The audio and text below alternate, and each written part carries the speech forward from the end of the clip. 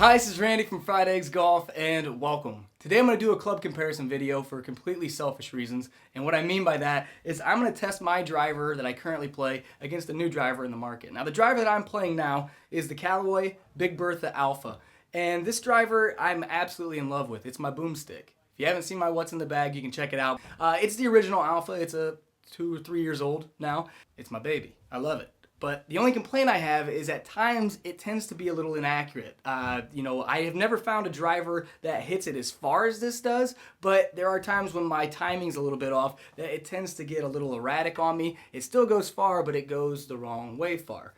My goal today is to test it against a new driver in the market that has the same distance and performance as this club, but is a little bit more accurate. Now the driver I've selected to test out against my Alpha is the new Great Big Bertha Epic driver. Now if any of you saw my Epic long drive challenge I did with Quentin, I actually used the Sub-Zero version, and the reason I did is because I knew I was going to swing a little more aggressively, and typically when I do that my spin rate goes up, so I chose the lower spinning head so I could go at it a little bit harder and not increase my spin rates where I lost distance. Now the reason I chose the Epic driver over the Sub-Zero version is because the center of gravity is a little bit farther back, a little bit lower, which tends to be a recipe for forgiveness. It's a little higher MOI, it's going to be high launch, low spin, and that way I can get distance still and hopefully gain some accuracy.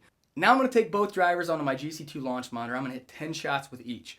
The idea of this test is not really a winner take all. I would love to hit these drivers outside on the course before I make my decision, but really it's to see if the Epic lives up to all the hype. I want to see if there's ball speed to be gained, and I want to see if my theory's correct, where if I move the center of gravity back, it makes it a more accurate, more consistent driver for me. So I'm going to go hit those shots right now, and I'll see you back here in just a second to discuss what I find.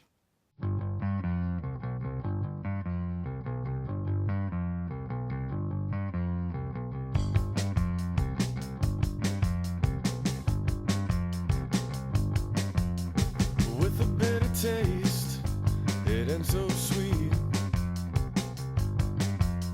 Lost in words and where ends meet. I thought you were sober, I didn't think you would break. As you sat down, got around as you lay wide awake. And though you're contradicting everything that you said, every day you can't help but wonder if you'll make it out of bed.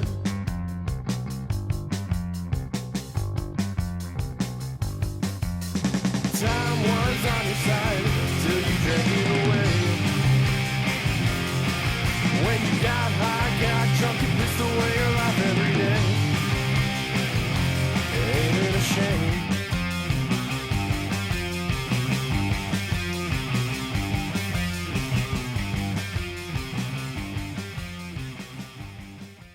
So I'm all done hitting my shots. I have the data right here, but before we dive into those numbers, I do want to say that my timing was on today with my driver. I hit it very well, so it was fairly accurate and it was very long, so I feel like this test is going to be more about the ball speed because I feel like they were both pretty straight.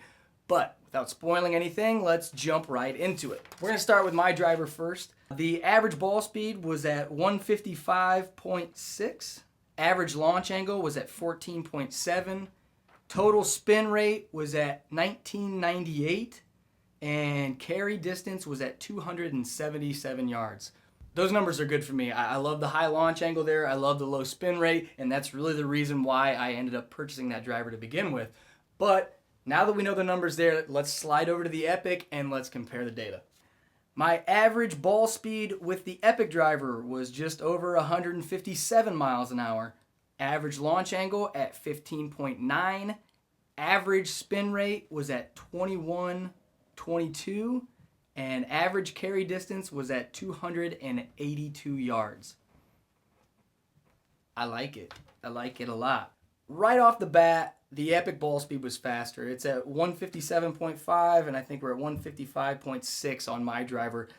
That's 2 miles an hour. That's a big deal considering these drivers are only 3 years apart from one another. Typically, you don't see that big of a jump. Next, we go to the launch angle. We're at 15.9 on the Epic, 14.7 on my driver.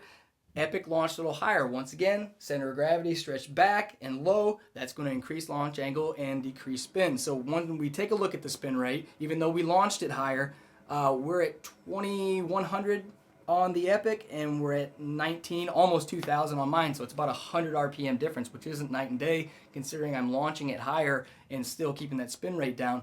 That's really where I was able to gain more of that distance in the air. I got a little bit more carry distance. So we're at total 282 yard carry with the Epic. With my driver, 277 yards. That's 5 yards difference. I'm not going to say that that doesn't matter. I like the idea of hitting the ball farther in the air. I mean, who doesn't want to gain more distance? But this story was more about accuracy, and I don't know if I've proven much today on that. I surprised myself because I was not expecting to hit the Epic farther, because this driver, I've put it up against every driver that has come out to recent day, and I haven't found anything that outperformed it. I've hit drivers that were right up against it, but I definitely hit the Epic consistently longer.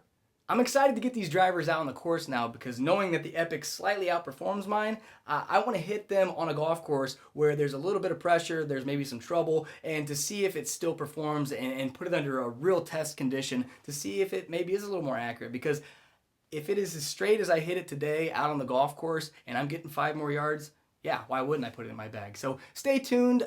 When the weather changes here and it's warm enough to go outside and play, I'm definitely going to take both of these out onto the course, hit them side by side, and see which one performs better.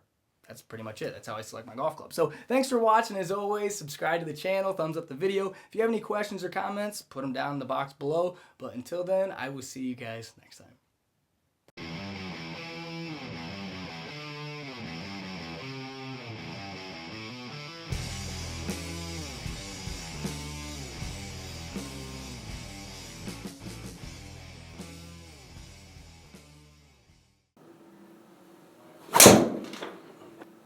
Jeez, Pete, that's far.